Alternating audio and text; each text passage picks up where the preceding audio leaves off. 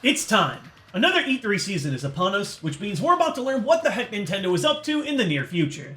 It's a pretty weird time for them. They have an incredibly young console, the new Nintendo Switch, and everyone wants to know what the heck Nintendo is going to do to support this thing. Every year before E3, I make a checklist of things that I'd be pumped to see if they got an announcement. I try to keep it a mix of things that are realistic and completely out there. I know that most of these boxes will remain unchecked, but if just one or two things I've been looking forward to become a reality, I'm usually pretty happy. This year's been a weird one though, where companies have been dropping announcements left and right before E3 even starts, both through official announcements and some leaks. This year I already have 3 Nintendo E3 wishes fulfilled before E3 even begins, including news about a new Monster Hunter game making its way to the Switch, news about a main series Pokemon game with Ultra Sun and Ultra Moon, and news about a new Mario RPG. Although this definitely looks unlike any Mario game I've seen before. There's already some really cool stuff happening, but since there's always room for unnecessary dreams and speculation, here's my 10-item wish list for Nintendo's E3 2017. Pikmin 4. This one's a bit of a softball, but we've heard so much about this game through vague interviews over the years that I think this might actually reveal itself as one on the Switch. I know that a Pikmin adventure is currently headed to the 3DS, but I can't help but feel like the next Pikmin game Miyamoto mentioned was deep in development on the Wii U was a separate project. Pikmin has always been beautiful, complex, and fun, and I'm hopeful that Hey Pikmin isn't the only time we'll hear about the series in 2017. FZero. It has been so long.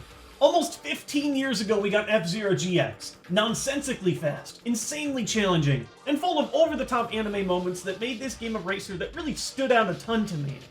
The world keeps giving me games that remind me of how much I love this franchise. There's the fast racing games. Wipeout's Omega Collection just dropped, and Mario Kart 8 has 2 F-Zero maps on it. But it just isn't enough. I need the real deal again. Mother 3. This is such an obvious Nintendo E3 request that it's basically a meme. They even mention it by name in their Robot Chicken 2014 E3 presentation. It's a downright wonderful RPG that's been Japan only since 2006, and while the game has gotten a great translation by fans over the years, die-hard fans of the series have still been hopeful for the game's official localization in the West for a long time. I really feel like now is that time. Nintendo officially dropped a localized version of Mother 1 in 2015, Reggie mentioned it briefly in a GameSpot interview at the beginning of the year. I truly think the stars are going to align on this. And speaking of Mother 3, this kind of thing opens up another request of mine. Virtual console info for the Switch. What the heck is going on over there? The Nintendo Switch is such a comfortable portable system, and nearly every day I play this thing wishing that I could relive some of my favorite old adventures on this new system. The big question is, how the heck is Nintendo going to do it? Is there a way I can import my Wii U or 3DS Virtual Console purchases so I don't have to continue to buy Nintendo's old games over and over again? Will the Virtual Console add another old system to its arsenal with the Nintendo GameCube?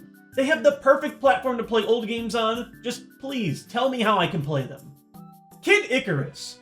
The 3DS's Kid Icarus Uprising was a really clever revival of an ancient Nintendo brand, giving us a game that was frantic and surprisingly funny.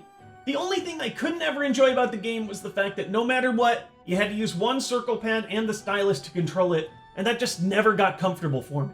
But you know what the Nintendo Switch has? It's got one of these, and one of these. Sakurai and Sora still clearly have a ton of love for these characters, going as far as adding a bunch of additional dialogue between Kid Icarus Uprising characters on the Wii U Smash Bros. Game. These characters are too charming to let them be locked away on one 3DS game, and I definitely love to see their return. Speaking of Sakurai, I know this is a huge ask, but I gotta know, what's going on with Smash Bros. On Switch?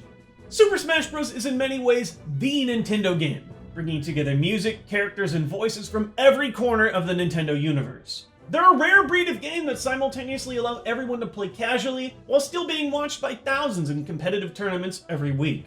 They also pretty infamously take a lot out of Sakurai when it comes to developing these things, so I doubt Super Smash Bros. 5 is anywhere on the horizon. But many other questions remain. With the success of Mario Kart 8 Deluxe and the upcoming Pokken Deluxe, is there a chance that we might see a Smash Bros. Deluxe in the meantime that ports and enhances the Wii U Smash Bros? Will Melee finally make a home on a modern system so that the game can be played with reasonable input lag without needing a CRT? Only time will tell. Another beloved brand that I really want to see on the Switch is Animal Crossing. Unlike a lot of my other E3 wishlist items, Animal Crossing has seen consistent support over the last few years, including multiple spin-off titles, a sizable new Leaf update, and a ton of amiibo support in the form of both figures and cards.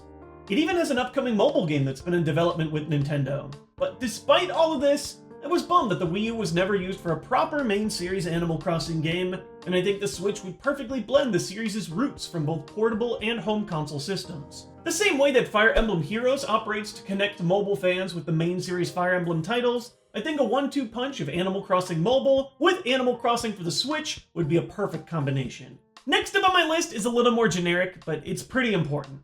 I want a new third-party title that matters. For decades, third-party support has been a struggle for Nintendo consoles. I even argue that it's their #1 weakness. Nintendo always does this thing where they port older games to their newer system, like how the Wii U had a Batman Arkham game, and how the Switch will eventually get a version of Skyrim, a game that first dropped in 2011. As soon as I played the undock mode for the first time, I realized how badly I want to play everything on this system.